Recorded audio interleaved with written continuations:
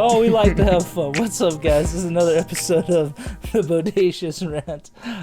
I'm Rye. This is Burn. Hey, guys, I'm sorry. I started doing something dumb, and Burn he called me David Jones. I'm like, I wish, who wouldn't want to have an octopus as beard/face?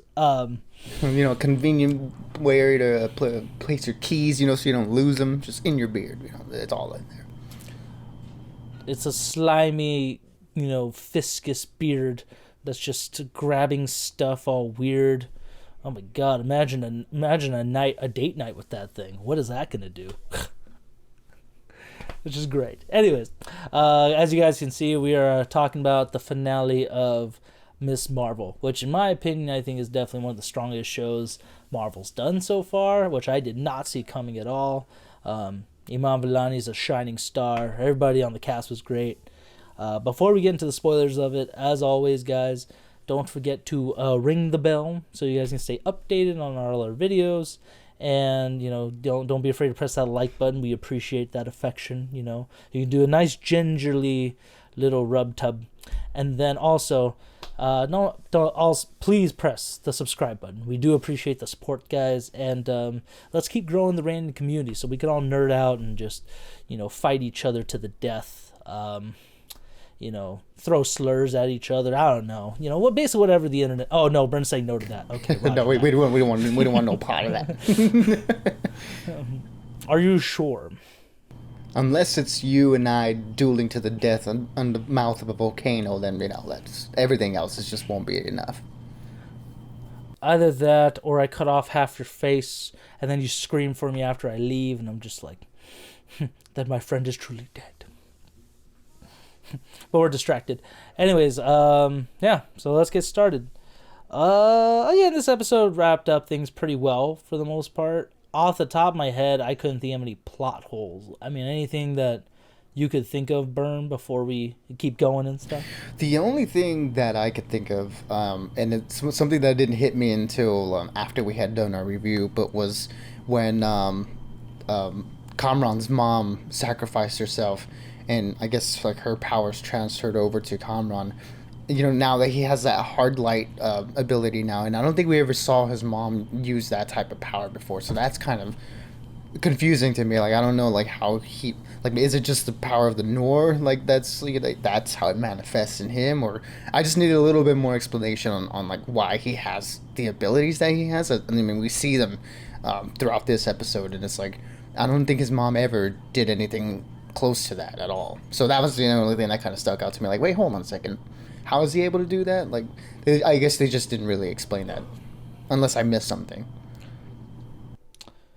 True. Yeah, just because the only time we really see her in the Noor or use that light power was when she was saving that kid at the Eid Mubarak, and she had that flash of her saying, "Hey, come here," kind of thing. There's that, but even then, that's still not enough to explain how Camron has those powers. So yeah, I get you on that one. That's totally fair. But I will say this, and then the other thing that was weird to me, and it's a really good thing, but also just almost a very unbelievable 180 where, they come home, her mom and her kind of really connected in the last episode, but then the whole family is behind the fact that she's that nightlight hero, and they find out she's a superhero and stuff. It's how are they super supportive of this? A week ago, they were super.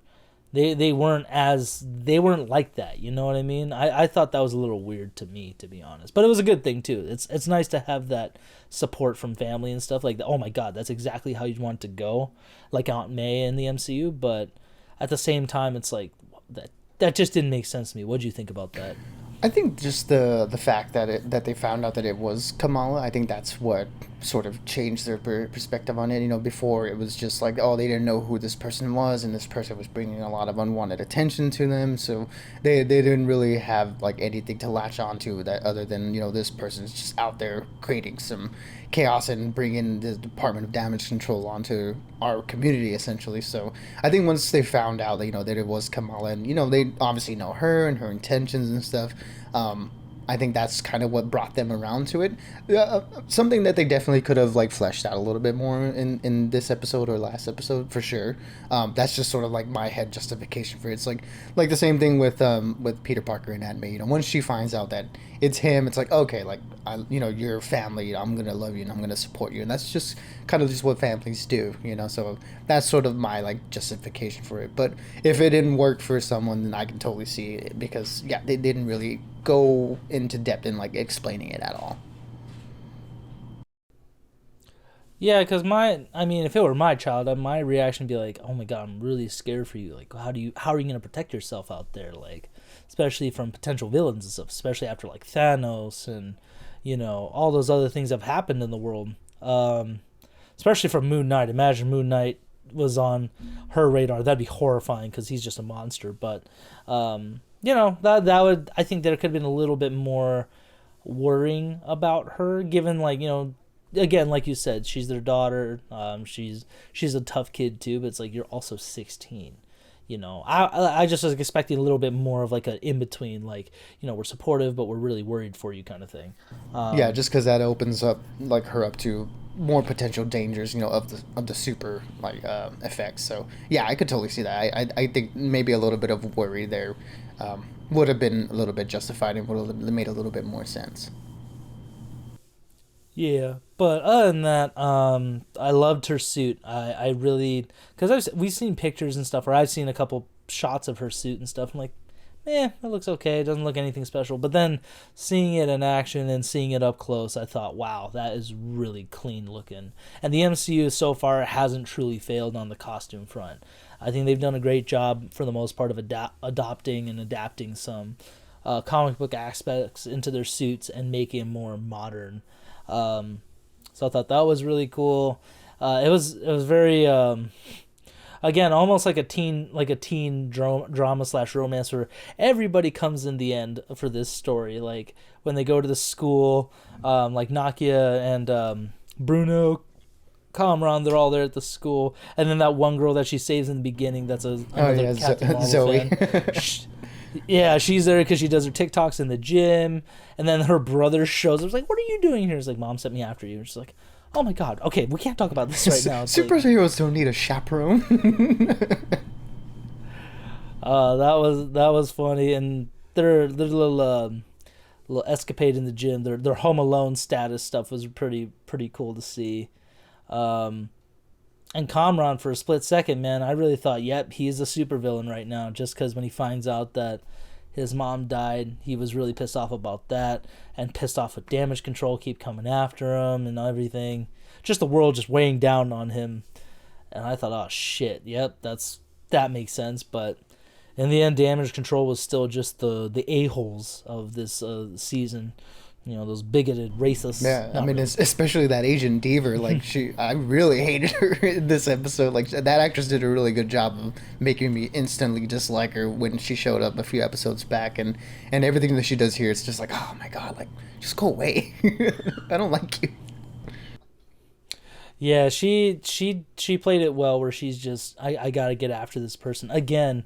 It's really setting the seeds for government agencies and stuff to go after these enhanced individuals, just like a lot like in X-Men and other stuff. Even Agents of S.H.I.E.L.D., when they did the whole Inhumans arc, there was a lot more, because it was basically supposed to replace mutants, so they started influencing that idea. But I don't think Agents of S.H.I.E.L.D. is still considered canon. I'm a little confused on that. I don't know what they did with it, but other than that, her whole fight scene was great. We finally, I really liked the whole Miss Marvel like in action, where she's all stretched out like her video game slash comic book character would, but with light powers. I thought that was really cool and very well done.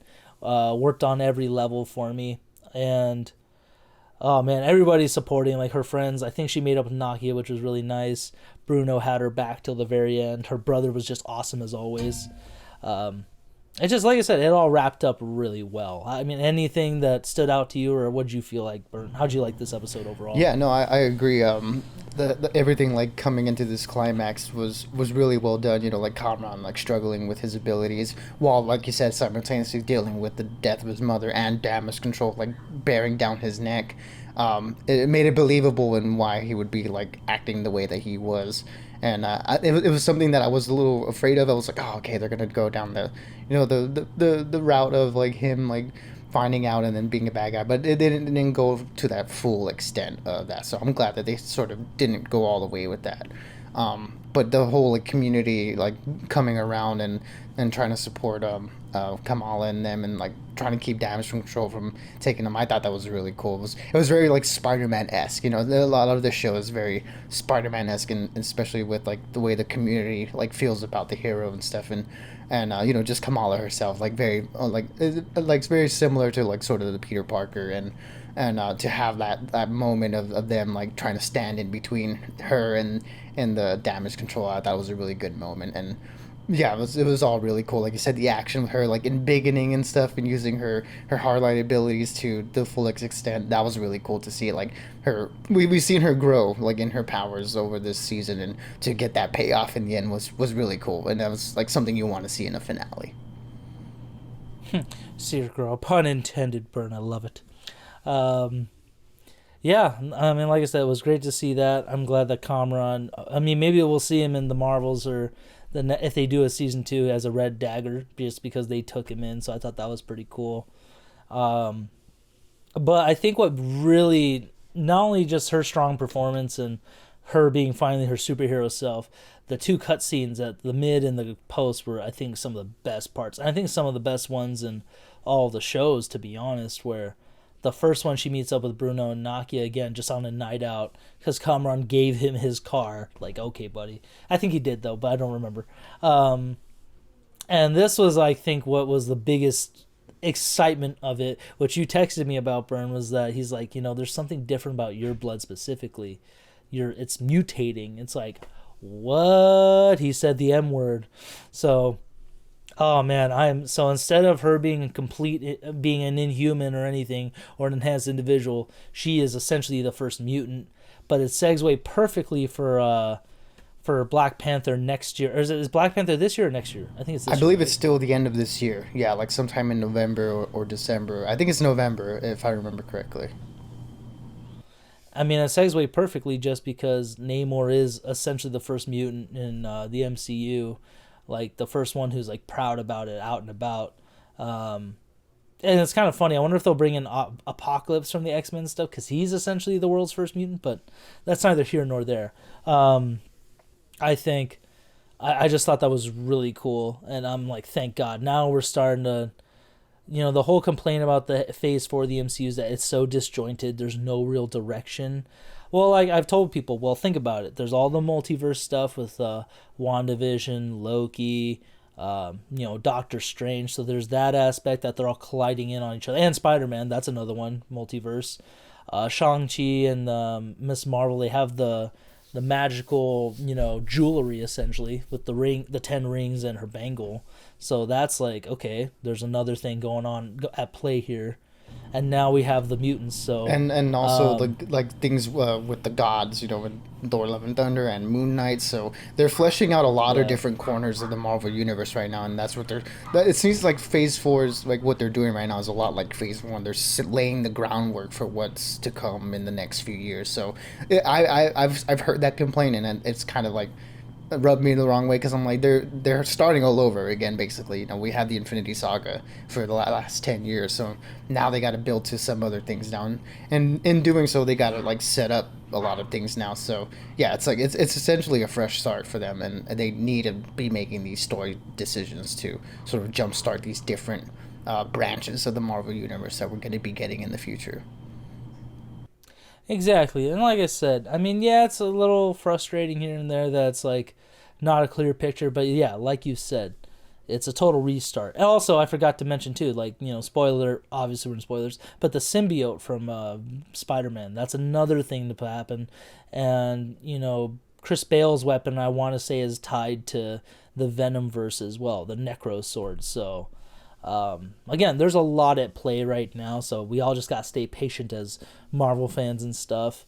I got super excited about that. How did you feel about the mutant drop? What'd you think, Bird? Yeah, I mean, I got really excited by first like the first verbal confirmation of a mutant in this universe. I mean, we have seen like Professor X and Multiverse of Madness, but that's from another universe. So this proper 616 universe, we finally got like a mention of mutants, and like you said, I guess we're gonna be hopefully expanding on that with Namor and Black Panther, and I'm sure they're gonna start doing a lot more stuff with the X-Men coming soon.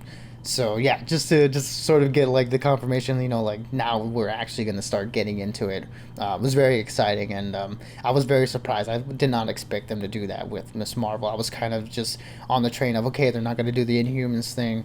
They're going to go with the whole Jin thing here, and the fact that they pulled a little bit of a switcheroo on us was a very cool surprise. So it just leaves me curious, how much of the abilities that we see of hers is because of her mutation, and how much of it is because of the bangle and her being a Jinn, and all that. So I'm sure they'll clear that up in the future. But yeah, it leaves some very interesting groundwork to play off of. Exactly. I'm excited for that.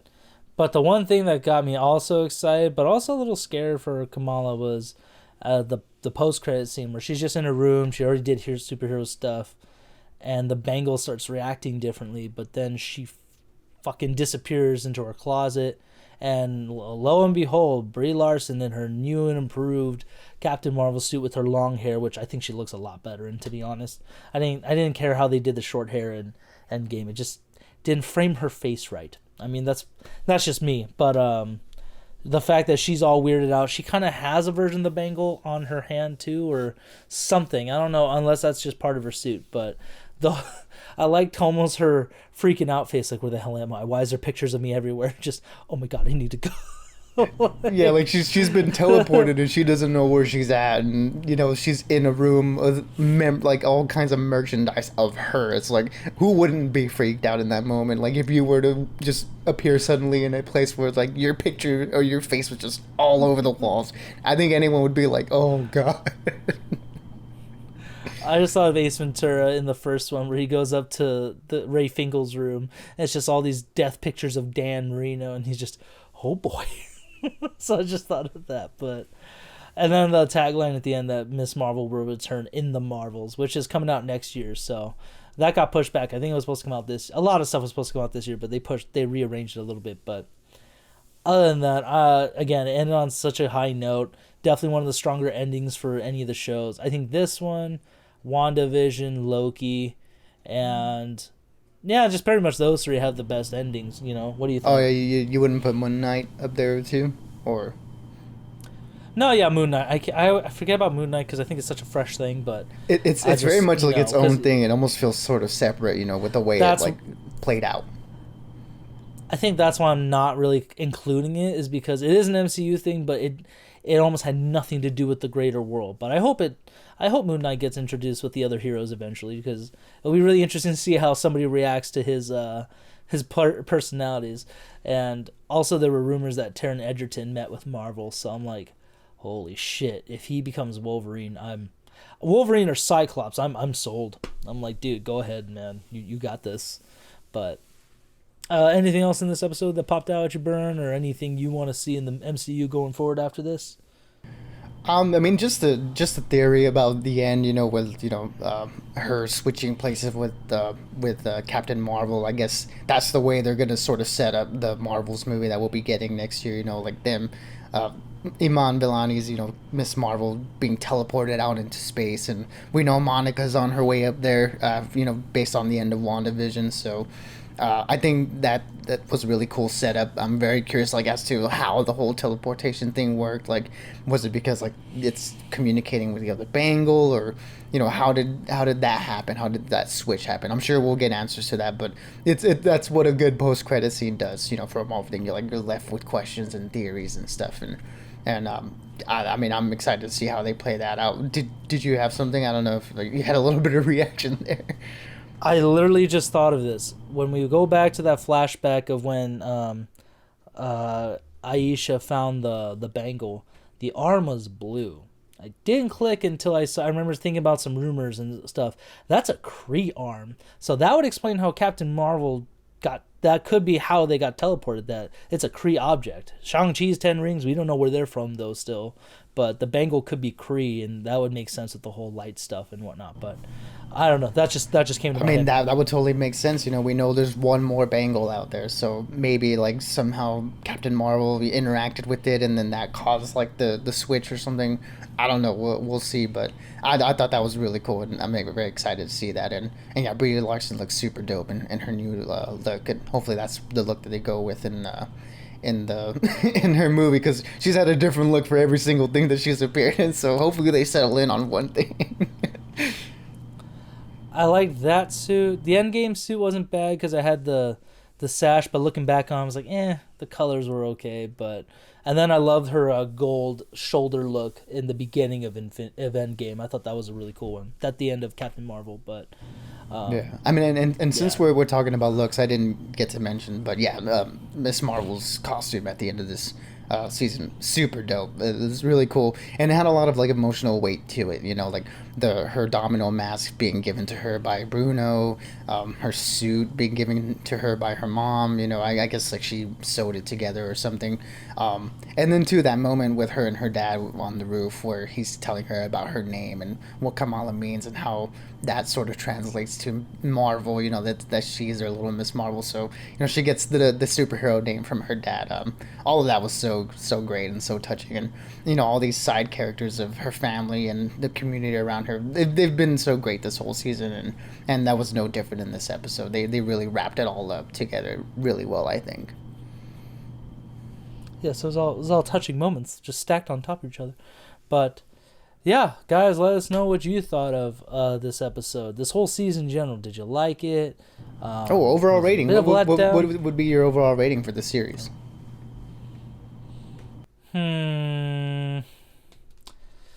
Damn, I'm not. It's a little hard to tell. I don't want to knock it for. It's such a well done story. I think I'll give it a 4 out of 5, just because I think I mean I don't know, because it does deserve a 5 out of 5, but for me personally, I think I would give it a 4 just because she's a girl. No, I'm just kidding, not really, but yeah. Burn, come back to me. What would you rate it as?